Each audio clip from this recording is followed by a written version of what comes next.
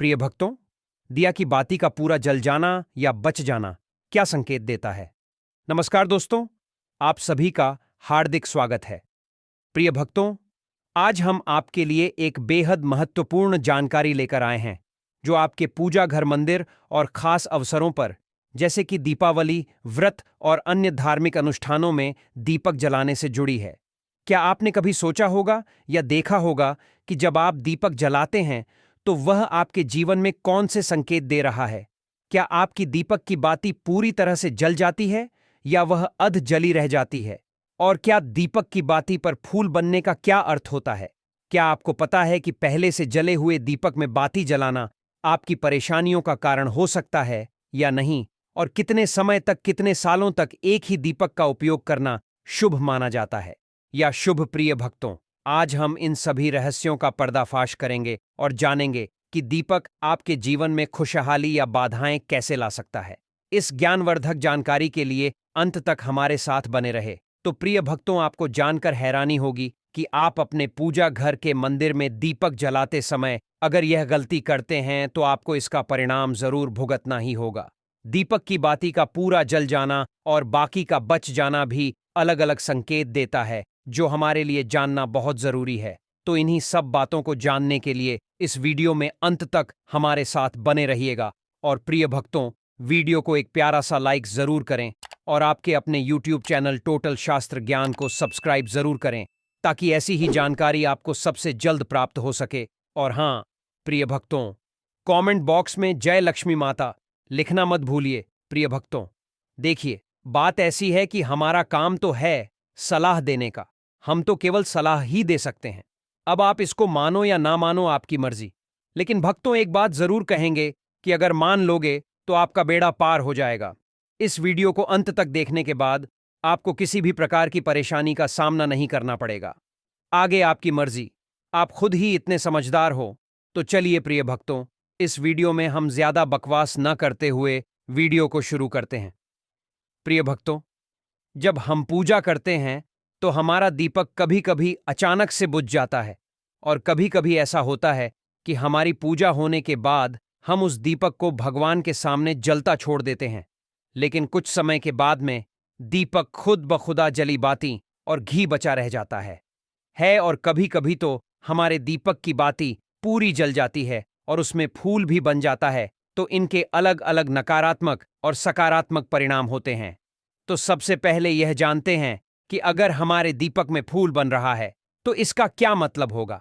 प्रिय भक्तों, अगर हमारे दीपक की बाती में फूल बन रहा है तो इसका सीधा सा मतलब है कि भगवान ने हमारी प्रार्थना को स्वीकार कर लिया है और वह हमारी पूजा से प्रसन्न है। इसका संकेत वह बाती में बने इस फूल के माध्यम से देते हैं। अगर आपके घर में दिव्य शक्तियां मौजूद हैं और आपके साथ साथ वह भी ईश्वर की पूजा में अपना ध्यान रखती हैं, तो आपकी दीपक की बाती में एक से ज्यादा फूल बनते हैं और कभी कभी साथ ही किसी भी देवी देवता का रूप भी दिखने लगता है। तो अगर आपके दीपक की बाती में फूल बन रहा है तो आप सच में बहुत भाग्यशाली हैं। इसी के साथ दीपक जलाने के भी कुछ खास नियम आपको जरूर जानने चाहिए। प्रिय भक्तों, अगर आप पहले से जले हुए दीपक में अपनी बाती रखकर जलाते हैं तो ऐसा करने से दुर्भाग्य आपका पीछा कभी नहीं छोड़ता है। अगर दीपक में पहले से जली हुई बाती की राख या फिर रुई और कालिक है और आपने अपनी बाती इसमें रखकर जला दी, तो ऐसा करने से भगवान आपसे प्रसन्न होने की बजाय नाराज हो जाते और आपको इसके बहुत ही भयानक परिणाम देखने को मिलते हैं। आपके बनते हुए काम बिगड़ने लगते हैं, आपकी तिजोरी का धन खर्च होने लगता है और आपके धन आने के सारे रास्ते भी बंद हो जाते हैं। तो हमेशा यह ध्यान रखें कि जब भी आप दीपक जलाएं तो आप हमेशा साफ सुथरे दीपक का ही इस्तेमाल करें। प्रिय भक्तों, इसी के साथ कुछ लोगों की आदत होती है कि वह हर थोड़े दिन बाद अपने दीपक को बदल देते हैं। इस पर गुरुजी का कहना है कि आप जिस दीपक से पूजा करते हैं उसे कभी मत बदलिए। आप उस दीपक को सिद्ध हो जाने दीजिए। जब कोई दीपक रोजाना भगवान के सामने जलता है तो वह दीपक समय के साथ सिद्ध हो जाता है। भगवान की सकारात्मक ऊर्जा उस दीपक में आ जाती है और जब भी आप वह दीपक जलाते हैं तो आपका तन और मन दोनों पवित्र हो जाते हैं। तो आप हर रोज उस दीपक को साफ कीजिए। प्रिय भक्तों, फिर उसमें बाती रखकर जलाएं। आप जितनी बार भी दीपक जलाएं, उतनी बार उस दीपक को साफ करके बार बार उसी दीपक में बाती जलाएं। लेकिन अगर आप गलती से भी उस दीपक को बदलते हैं तो आपकी तरक्की में रुकावट आ सकती है। इसलिए आप अपने दीपक को कभी भी मत बदलना। 10 साल 20 साल तक आप उसी दीपक में लगातार बाती जलाएं। इससे आपका दीपक सिद्ध हो जाएगा और आप इसका चमत्कार अपने घर में भी देख सकते हैं।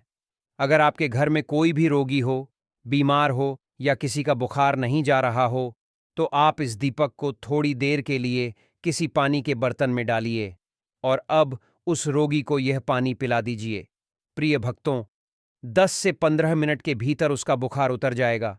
वहीं अगर आपके घर में किसी को नज़र लगी हो या फिर आपके व्यापार में किसी की नज़र लगी हो, आपका धंधा अच्छे से नहीं चल रहा हो, तो भी आप इस दीपक को तांबे के बर्तन में पानी भरकर उसमें डाल दीजिए और रात भर के लिए छोड़ दीजिए।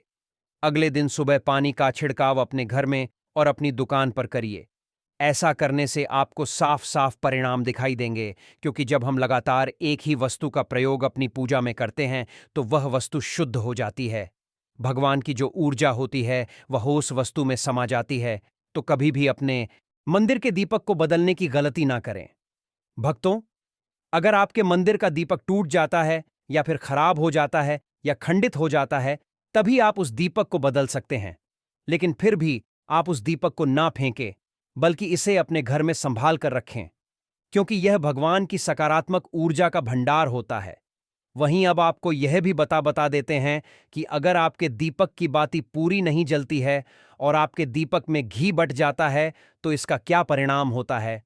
प्रिय भक्तों, सबसे पहले यह देखिए कि अगर आप किसी भी पेड़ पौधे की पूजा कर रहे हैं और पूजा में जलाया हुआ दीपक पूरा नहीं जलता या फिर उसमें घी बच जाता है, तो इससे आपके घर में बीमारियां घर बना लेती हैं और यह बीमारी कभी भी आपका पीछा नहीं छोड़ेगी। तो जब आप किसी भी पेड़ पौधे या मंदिर के बाहर किसी भी स्थान पर पूजा करें, तो यह ध्यान रखें कि उसकी बाती पूरी जले और उसमें घी बचा हुआ ना हो भक्तों, क्योंकि यह आपकी अच्छी सेहत के लिए बहुत ही अच्छा प्रभाव देगा।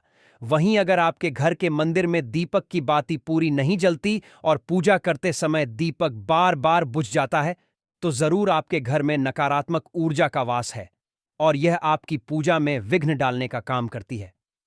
प्रिय भक्तों, हमारे घर में अगर कोई बुरी शक्ति होती है या फिर कोई ऐसी ऊर्जा होती है जो यह नहीं चाहती कि आपके घर में भगवान की कृपा हो और सकारात्मक ऊर्जा हो, तो यह आपकी पूजा सफल नहीं होने देती।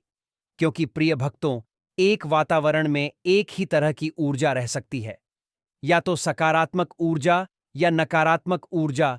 जो बुरी शक्तियां होती हैं वह यह कभी भी नहीं चाहती कि आपके घर में देवी देवताओं की कृपा हो। अगर आपके घर में भगवान ने अपनी कृपा की तो उन बुरी शक्तियों और ऊर्जा का प्रभाव खत्म हो जाएगा। इसलिए यह शक्तियां चाहती हैं कि आपकी पूजा में रुकावटें आएं। इन्हीं के प्रभाव से हमारा दीपक बार बार बुझ जाता है या फिर दीपक की बात पूरी नहीं जलती। इस सब से बचने के लिए आपको सच्चे मन से भगवान का स्मरण करना चाहिए।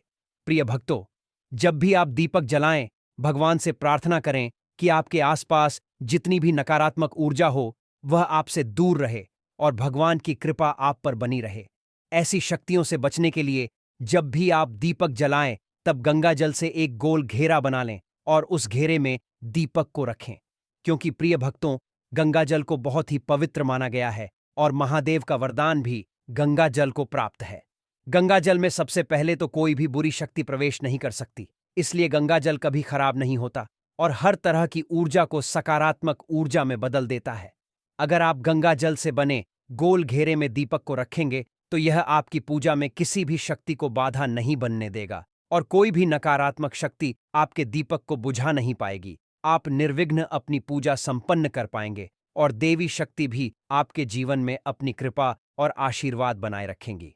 तो दोस्तों, यह तमाम जानकारी जन रुचि को ध्यान में रखकर दी जा रही है। ज्योतिष और धर्म के उपाय को अपनी आस्था और विश्वास पर आजमाएं। हमारी वीडियो का उद्देश्य सिर्फ आपको बेहतर सलाह देना है। इस संदर्भ में हम किसी भी प्रकार का कोई दावा नहीं करते हैं। प्रिय भक्तों, आपको यह वीडियो कैसा लगा हमें कमेंट बॉक्स में जरूर बताएं। अगर आप माता लक्ष्मी के सच्चे और प्रिय भक्त हैं और आप माता लक्ष्मी का प्रेम प्यार आशीर्वाद पाना चाहते हैं और चाहते हैं कि माता लक्ष्मी का आपके घर में वास हो और आप माता लक्ष्मी को प्रसन्न करना चाहते हैं, तो जल्दी से वीडियो को लाइक करके आपके अपने YouTube चैनल टोटल शास्त्र ज्ञान को सब्सक्राइब करें और कमेंट बॉक्स में जय मां लक्ष्मी जरूर लिखें। तो दोस्तों, आज की जानकारी यहीं पर समाप्त करते हैं। मिलते हैं किसी एक और नई जानकारी के साथ। तब तक के लिए अपना ख्याल रखना। धन्यवाद।